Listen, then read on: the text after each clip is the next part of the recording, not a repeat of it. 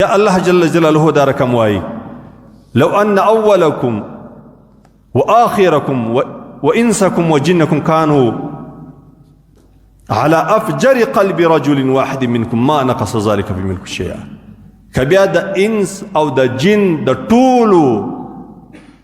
قوت سر راتول کی طاقت سر راتول کی بزرگی سر دا ظلم وحشت سر راتول کی او بیا یو انسان فاجر ځینې جوړ سي نو دا به ډېر بد سړی وي، دا به د ټولې دنیا د ټولو لوی ګناهګاره وي او د ټولې ګناهي به په ده کې وي او د ټولو فاجر انسان بدی وي، بد انسان بدی وي. بیا الله جل جلاله وایي چې ستاسې دا د دې انسان دا بدي چې حد د دې بدي نسته، د دې انسان دا فجر دا هغه تصور دی د فجر سړی نشي کولی چې انس او جن ټوله فجر او فسق و فساد په یو انسان کې پیدا سو. الله جل جلاله بیا موږ ته وایي ستاسې دا شی چې دی دا زما ما نقص ذلک من ملک شیئا، دا زما په بچي کې کوم بت نشي راوستلی، تاوان نشي ورته رسولی، لکه د بزرګانو بزرګي پیدا نشي ورته رسولی، د بيدین او بيدیني د الله جل جلاله ملک او بچي ته تاوان نشي رسولی. بیا الله جل جلاله مشتوای یا عبادي لو أن أولكم وآخركم وإنسكم وجنكم قاموا في سعيد واحد فسألوني فأعطيت كل إنسان منه مسألة ما نقص ذلك مما عندي إلا كما ينقص المخيط إذا أدخل البحر. دا غير دعاء زيد إنسانانو كستاس إنس أو جن ستاس اول او اخر د آدم علیه السلام نیولې بیا در قیامت پوری اول او اخر انسانان ټوله انس او جن ټوله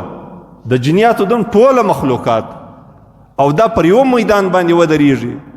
او په دا یو میدان کې هر انسان هر انس او جن د الله جل جلاله سره خپل شان وغواړي،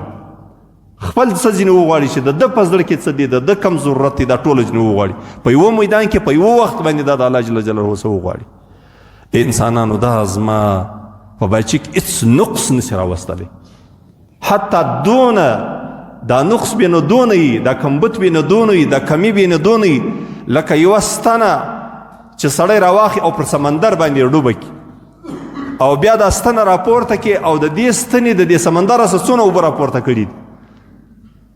په دونه اندازه باندې نم د الله جل جلاله ملک او باچي د الله قدرت د الله جل جلاله طاقت دا نشي کمولی. د الله جل جلاله دونه وراء الورا ذاتي، الله دونه لوی ذاتي، الله دونه کامل ذاتي، د الله جل جلاله خزانه دا رقم ډکی دي. الله جل جلاله مشتدا زي شي چې بار بار د هر شي خواص لماسه کوي او دا عظیم عبادت دی، دا ستر عبادت دی. د الله جل جلاله ډیرو کم کسانو ته الله جل جلاله د ډیره دعا کولو عادت جوړوي. کله چې د دعا خواته مخ سو،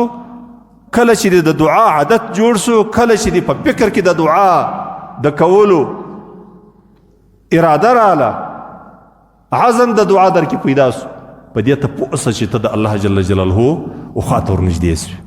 ته د رب جل جلاله د مهربانیو سره مخامخ سو، تا ته رب د قبلېدو اراده کړې ده